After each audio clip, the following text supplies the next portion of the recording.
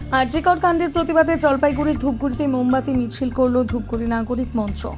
রবিবার সন্ধ্যায় ধূপগুড়ি নাগরিক মঞ্চের তরফ থেকে ধূপগুড়ি শহরের প্রাণকেন্দ্র ডাকবাংলো থেকে মোমবাতি হাতে এক মৌন মিছিলে বেরিয়ে শহরের বিভিন্ন পথ পরিক্রমা করে ধূপগুড়ি শহরের চৌপথি এলাকায় এসে আরজিকর কাণ্ডে চিকিৎসকের আত্মার শান্তি কামনার্থে 1 মিনিট নীরবতা পালন করে।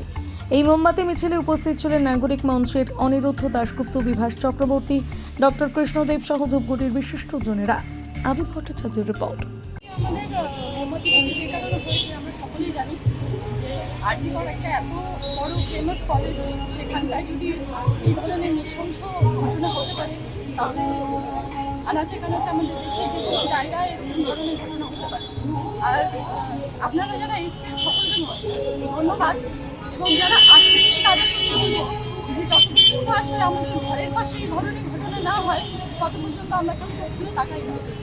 তো সেই কারণেই বলবো সবাই একটু যদি আসবেন, এরপরে যদি এরকম ধরনের ঘটনা হয় সবাই একটু সঙ্গে থাকবেন। কি নাম আপনার? আমার নাম হৈমন্তী দাস। মোমবাতি মিছিল কারণটা বলার অপেক্ষা রাখে না যে নৃশংস হত্যা হয়েছে কলকাতার ওই হাসপাতালে, তার প্রতিবাদে আমরা আজকে মোমবাতি মিছিল করলাম।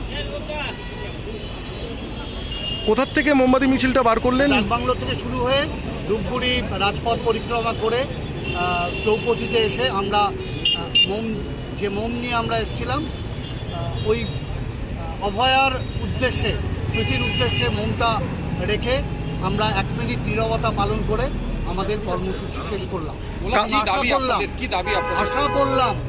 আশা করছি যে একজন মহিলা মুখ্যমন্ত্রী আমাদের এই রাজ্যে, তিনি ন্যায় বিচারটা করবেন।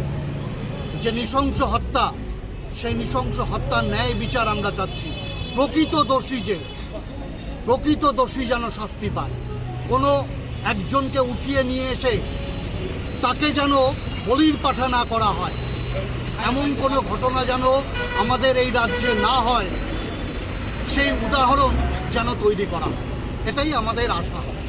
কাদের তরফ থেকে করা হলো? আমরা ধূপগুড়ি মহকুমা নাগরিক মঞ্চের তরফ থেকে এই কর্মসূচি নিয়েছি। ধন্যবাদ।